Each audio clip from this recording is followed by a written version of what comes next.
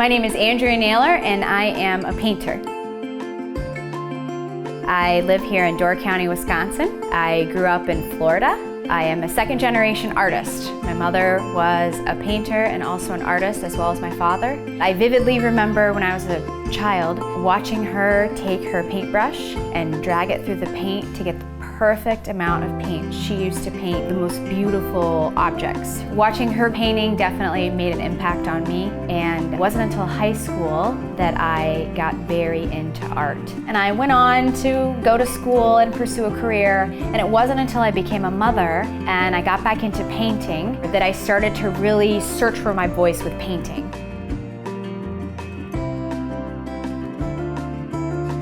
It wasn't until I started bringing my child into the studio that I realized that the key ingredient was to be playful, to have fun, to open myself up to new colors and playing more with the paint. And it was like a Pandora's box opened, from how I worked with the paint to how I mixed the paint, just basically having no rules. My first child really taught me so much and really led me back into the place where I sort of left off.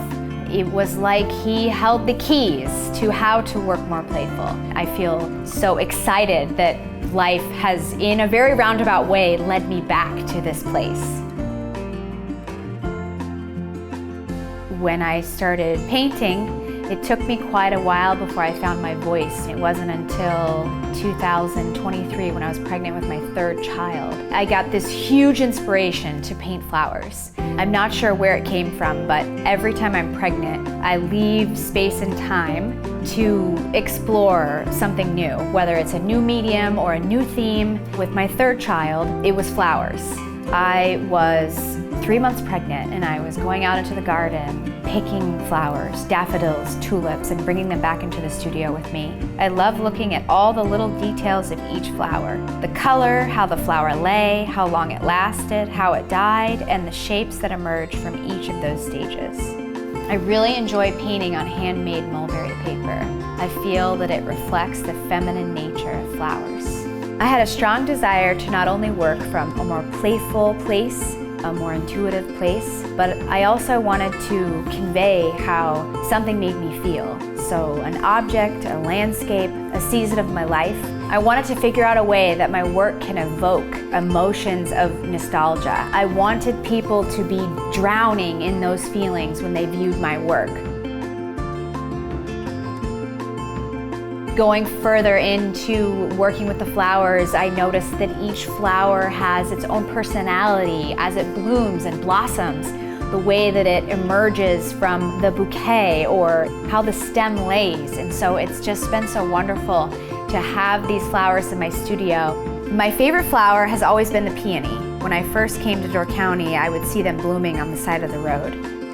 My favorite flower lately is definitely the sunflower. It wasn't until I moved to Wisconsin that I got to witness an entire field, miles and miles of sunflowers. And it was one of the most beautiful sights I've ever seen. I love capturing each flower's signature shape, color, and movement. And I love seeing how far I can exaggerate it. Flowers are so alive. They're delicate, they're feminine. No two flowers are alike, and they don't last forever. Their beauty is fleeting, and the desire to capture that flower's life right in front of me feels so important. Painting flowers makes me feel reflective.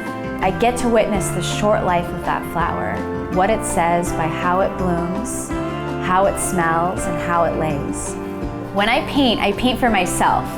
I don't paint for anyone else, and when I paint from a place deep within, from a very heartfelt and intuitive place. It makes me think of my own life. What do I want to say? How do I want to bloom with this one beautiful life I've been given?